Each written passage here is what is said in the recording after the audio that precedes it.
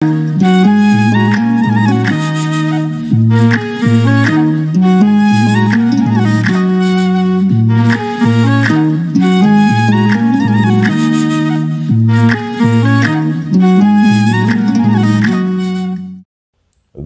አብ ወወልድ ወመንፈስ ቅዱስ አሐዱ አምላክ አሜን። ኦሪት ዘሌዋውያን ምዕራፍ 18 ከቁጥር 1 እስከ ፍጻሜ ምዕራፍ። እግዚአብሔርም ሙሴን እንዲህ ብሎ ተናገረው።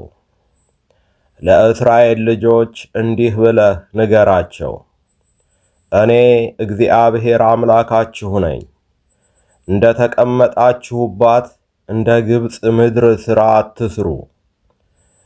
እኔም ወደ እርሷ እንደማገባችሁ እንደ ከነዓን ምድር ሥራ አትስሩ፣ በሥርዓታቸውም አትሂዱ። ፍርዴን አድርጉ፣ በእርሷም ትሄዱ ዘንድ ሥርዓቴን ጠብቁ። እኔ እግዚአብሔር አምላካችሁ ነኝ። የሚሠራቸው ሰው በእነርሱ በሕይወት ይኖራልና። ሥርዓቴንና ፍርዴን ጠብቁ። እኔ እግዚአብሔር ነኝ። ከእናንተም ማንም ሰው ኀፍረተ ሥጋውን ይገልጥ ዘንድ ወደ ዘመዱ ሁሉ አይቅረብ። እኔ እግዚአብሔር ነኝ። የአባትህን ኀፍረተ ሥጋና የእናትህን ኀፍረተ ሥጋ አትግለጥ። እናትህ ናት፣ ኀፍረተ ሥጋዋን አትግለጥ። የአባትህን ሚስት ኀፍረተ ሥጋ አትግለጥ፣ የአባትህ ኀፍረተ ሥጋ ነው። የእህትህን ኀፍረተ ሥጋ አትግለጽ። የአባትህ ልጅ ወይም የእናትህ ልጅ በቤት ወይም በውጭ የተወለደች ብትሆን ኀፍረተ ሥጋዋን አትግለጥ።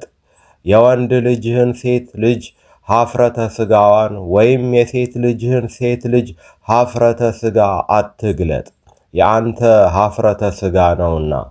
ከአባትህ የተወለደችውን የአባትህን ሚስት ልጅ ኀፍረተ ሥጋ አትግለጥ። እህትህ ናት፣ ኀፍረተ ሥጋዋን አትግለጥ።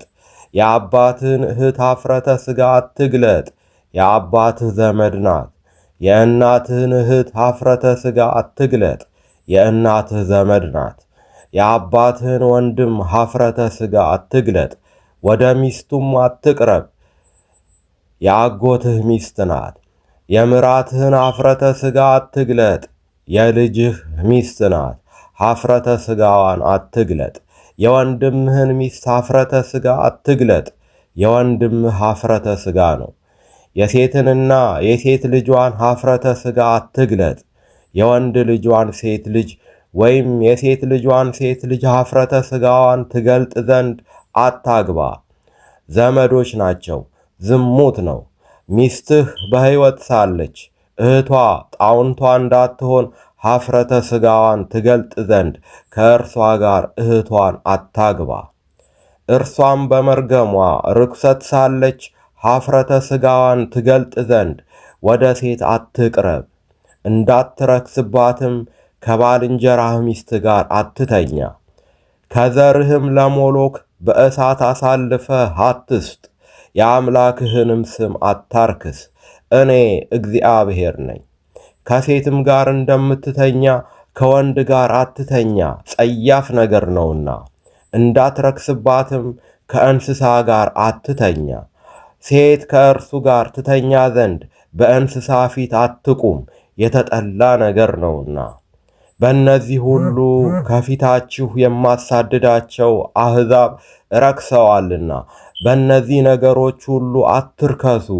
ምድሪቱም ረከሰች፣ ስለዚህ ኀጢአቷን በእርሷ ላይ እመልሳለሁ። ምድሪቱም የሚኖርባትን ሰዎች ትተፋለች። ሥርዓቴንና ፍርዴን ጠብቁ። እናንተም የአገሩ ልጆች፣ በእናንተም መካከል የሚኖሩት እንግዶች ከዚህ ርኵሰት ምንም አትስሩ።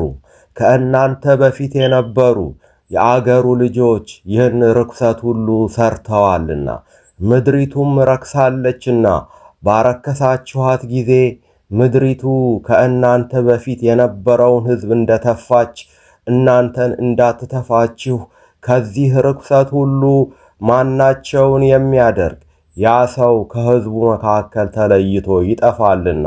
ስለዚህ ከእናንተ በፊት የነበሩ ሰዎች የሰሩትን ጸያፍ የሆነውን ወግ ሁሉ እንዳትሰሩ በእርሱም እንዳትረክሱ ሥርዓቴን ጠብቁ።